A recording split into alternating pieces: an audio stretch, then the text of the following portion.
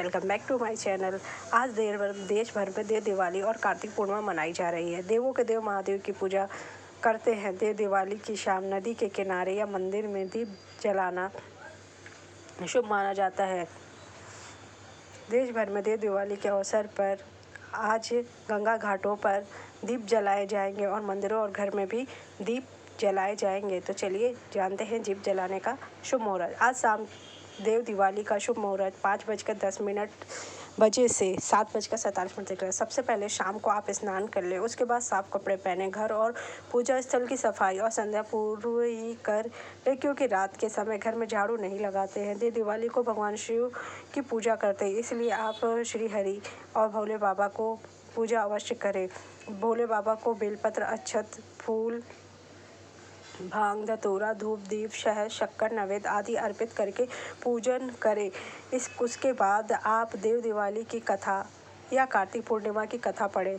समापन होने पर आप भगवान की आरती अवश्य करें और अपनी मनोकामना की पूर्ति के लिए भगवान से प्रार्थना जरूर करें। आपको 8 या 12 पुखी वाला दीप जलाना चाहिए घी का। उसके बाद विषम संख्या में मिट्टी के दीप लें, जैसे कि 5, 7, 11, 51। उसमें गाय का घी या सरसों का तेल डालें। उन सभी दियों को घी का एक दीपक भगवान विष्णु, गणेश जी और माता गौरी, माता लक्ष्मी के लिए पूजा घर में जलाएं। उसके बाद 9 ग्रहों के लिए भी एक दीप अवश्य जलाएं।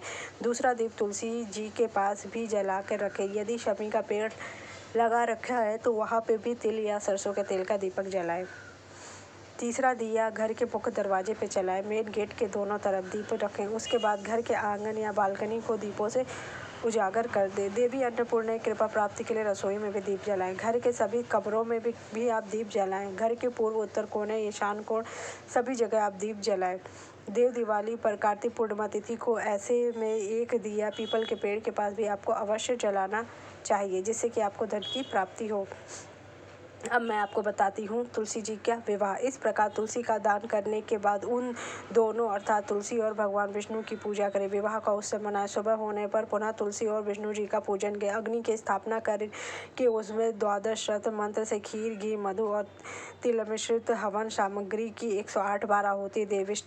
विष्टकृत होमक करके आहुति दे। आचार्य की पूजा करके होम की विशेष विधि को पूरी करें। उसके बाद आपको भगवान से इस प्रार्थना करने की, हे प्रभु, आपकी प्रसन्नता के लिए मैंने इस व्रत किया है। जनार्दन, इसमें जो भी न्यूनता रह गई उसे कृपया क्षमा करें और अपनी प्रसन्नता व्यक्त करें। यदि द्वादशी में रेवती का चौथा चरण बीत रहा हो तो उस समय पारणा ना करें। जो उस समय भी पारणा करता है वह अपने व्रत को निष्फल कर देता है। भोजन के पश्चात तुलसी के स्वतः गल कर गिले हुए पत्तों को खाकर मनुष्य सब पापों से मुक्त हो जाता है जिस पेड़ से गिरा होता है। भोजन के अंत में ऊख, आंवला और बेर का फल खा लेने से उक्षित दोष मिट जाते हैं।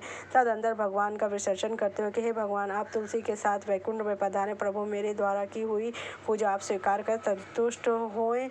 इस प्रकार देवेश्वर विष्णु का विसर्जन करने के बाद मूर्ति आदि सब सामग्री आचार्य को अर्पित कर दे, जिससे मनुष्य कृतार्थ हो जाता है। यह विधि सुनकर सूत जी ने ऋषियों से कहा, हे ऋषियों, इस प्रकार जो मनुष्य श्रद्धा पूर्वक सत्य, शांति और संतोष को धारण करता है वह भगवान विष्णु को तुलसी दल अर्पित करता है। उसके सभी पापों का नाश हो जाता है वह संसार के सभी सुखों को भोग कर अंत में विष्णु लोक को प्राप्त होता है। ऋषियों, यह कार्तिक महात्म सब रोगों और समस्त पापों का नाश करने वाला है। जो मनुष्य इस महात्म को भक्ति पूर्वक पढ़ता है और सुनकर धारण करता है वह सब पापों से मुक्त हो जाता है, भगवान विष्णु के लोक में जाता है। जिसकी बुद्धि खोटी हो तथा जो श्रद्धा से हीन हो, ऐसे भी मनुष्य को यह महात्म अवश्य सुनना चाहिए। इति कार्तिक महात्म्य